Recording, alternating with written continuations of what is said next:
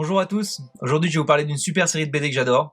Il s'agit de Solo, qui a été dessiné et scénarisé par Oscar Martin, un auteur de bande dessinée espagnol. Ce cycle-là a été édité par les éditions Delcourt entre 2014 et 2017. On a 3 tomes qui composent la série de Solo, plus, je dirais, un petit épilogue en tome 4 qui s'appelle Legatus, où on va suivre le récit un petit peu en finale qui va venir en plus de l'histoire de Solo sur ce premier cycle de narration. Solo, moi j'ai adoré parce qu'en fait c'est un dessin déjà. On est à la rencontre avec un vrai dessin. On sent que Oscar Martin, il a vraiment été influencé par son gros travail pour la Warner pendant plusieurs années, où il a illustré Tom et Jerry.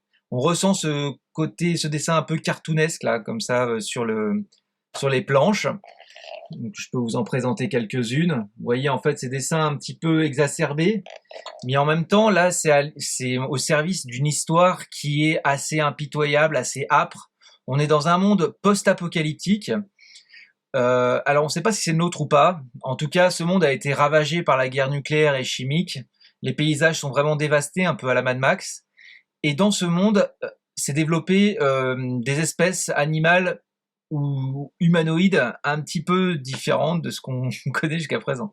On a des espèces anthropomorphiques, type Solo, là, qui est un homme rat, Legatus, un homme chien, mais on a aussi des hommes cochons, des hommes lézards, voilà, plein de choses un peu humanoïdes comme ça, et des espèces complètement dingues qu'ils arrivent même pas eux à nommer, ils les appellent, ils mettent tous dans un package en les appelant les bestioles, et il vaut mieux pas croiser les bestioles parce que ça, c'est assez tranchant. Voilà. Ce qui est vraiment chouette, c'est que il a vraiment, donc en fin, on a d'album, on a un petit descriptif des espèces, donc ça nous permet d'appréhender un peu de manière technique le monde. Ça, j'ai trouvé ça assez sympa. Et puis le dessin est vraiment superbe, hein. On a un découpage vraiment maîtrisé, tout est dans le détail.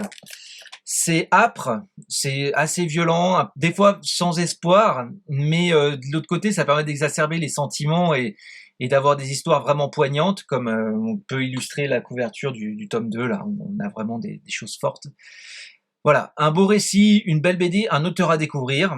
Le prochain booktube que je vous propose, ça sera de la fantasy, du roman, un cycle écrit par Glenda Lark. Alors, une autrice australienne qui m'a été recommandée par un lecteur que je salue d'ailleurs. Très bonne journée, à bientôt, au revoir.